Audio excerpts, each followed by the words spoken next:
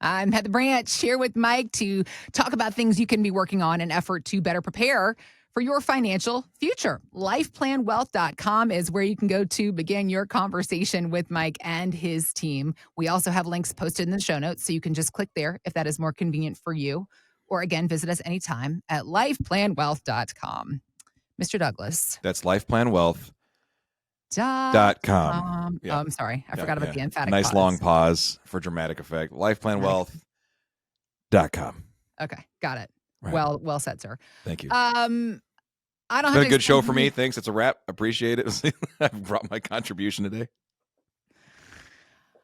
As I was saying, yes. I don't have to explain to you all the noise that is out there in this world. Speaking of noise that you bring. There's a lot of noise. So much noise. Also a lot of good information. It's always a little bit unnerving when you hear some things from people that you maybe even listen to. And you're like, wait a minute, hold on.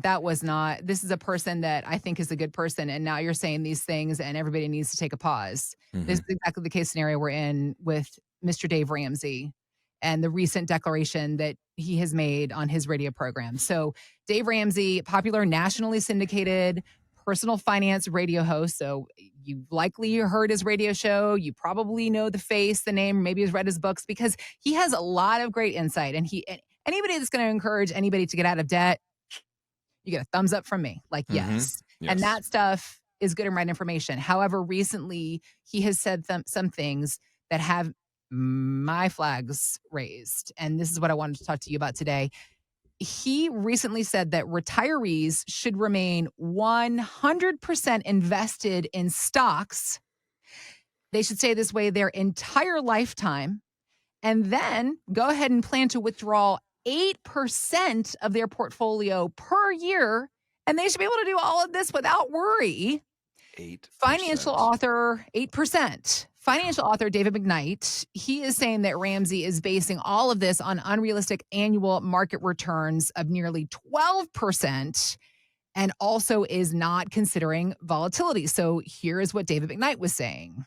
In other words, just because you average 11.8% per year, if that's even possible, doesn't mean that you'll be getting precisely that result each and every year. And as it turns out, the order in which you experience returns in retirement is one of the biggest keys in determining whether your retirement assets will last through life expectancy. This is why economists and financial experts in academia are so opposed to willy-nilly haphazard approaches to sustainable distribution rates in retirement, because unduly high withdrawal rates can easily bankrupt you years in advance of life expectancy. And at that point, you'll have to eke out an existence subsisting on Social Security alone. Social Security alone is obviously not a good income plan for anybody. Mr. McKnight had a lot of thoughts to share there in a 30-second span of time, Mike. Yeah.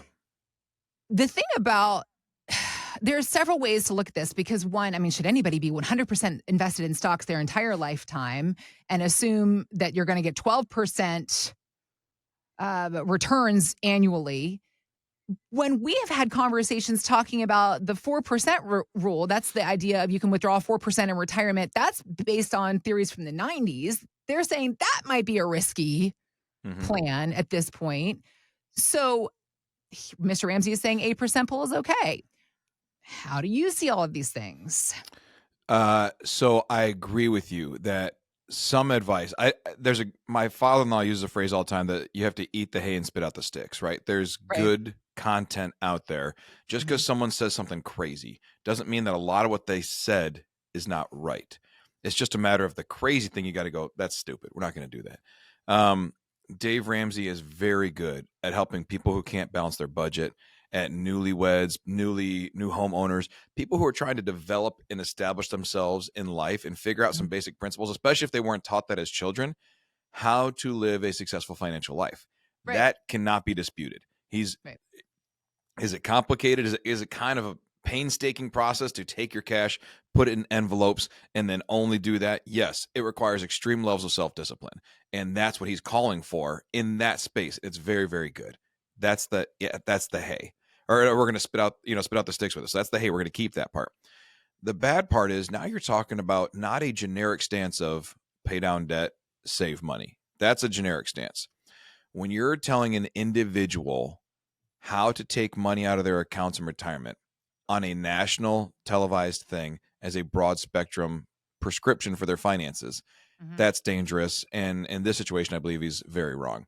So what I believe is that as you get to the end, because you also have to calculate on how did they save the money. If they withdraw 8% of their Roth IRA versus a trust account versus a traditional IRA, different tax consequences. If they take out too much of their money, will it cause their Social Security to be taxable? He didn't talk about that. If they take out too much money, will it cause their Medicare premiums to go up? He didn't talk about that. There's a lot of stuff he didn't cover in there. That's the one element, is that to give any recommendation to a specific individual about a specific strategy on a nationally televised thing is a bad idea.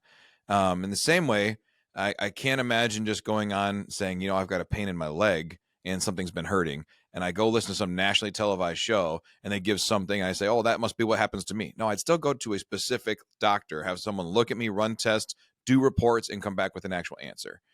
That's what needs to happen with your real health, and the same with your financial health. As you get to that phase of life, it's very specific.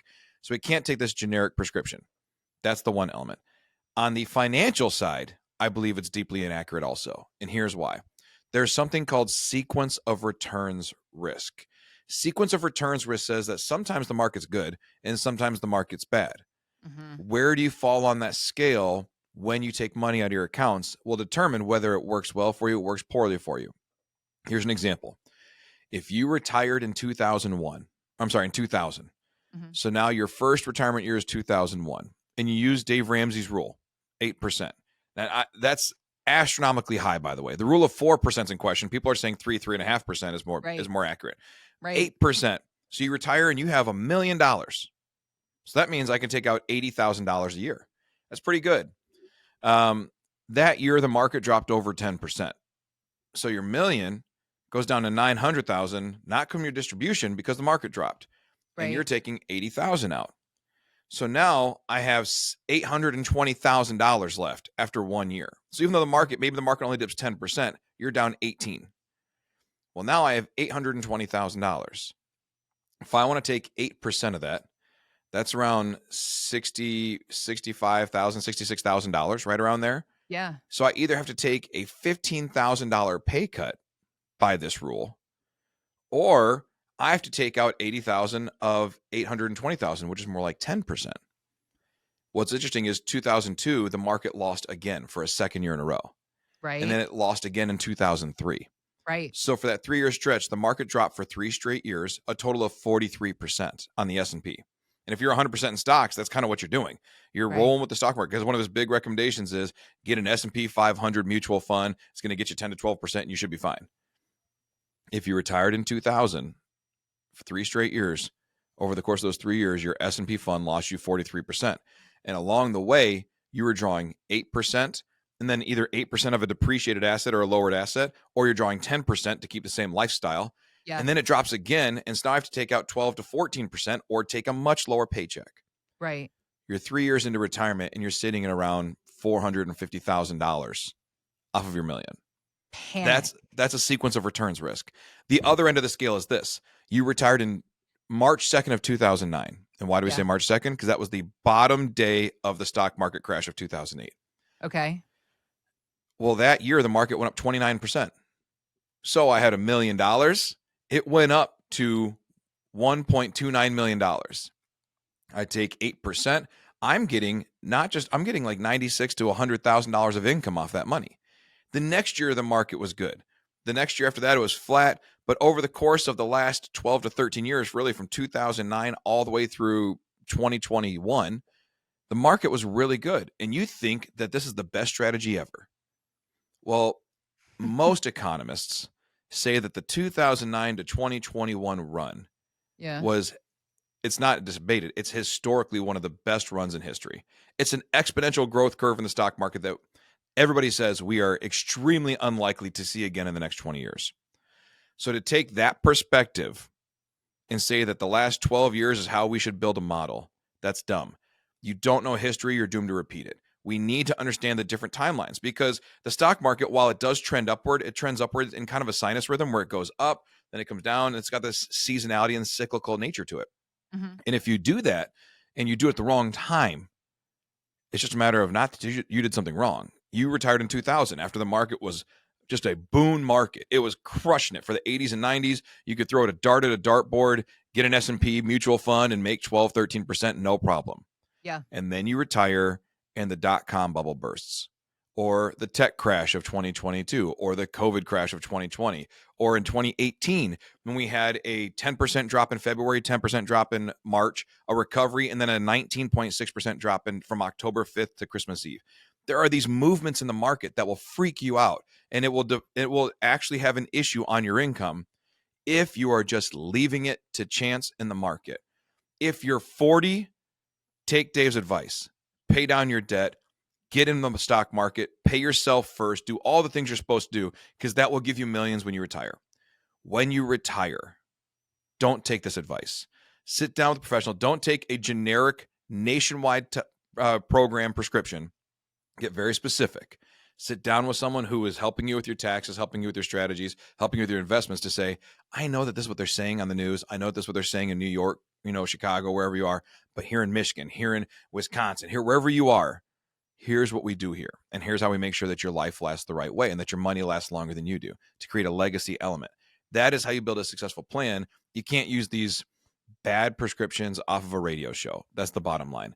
Yeah. So when you figure those things out, you have to understand, again, eat the hay, spit out the sticks. We tell people as we sit down and we go through these journeys with people, the story of the rest of their life is the result of the backstory that got them here. They've been through 2008. They've been through the 2001, 2, and 3 crash.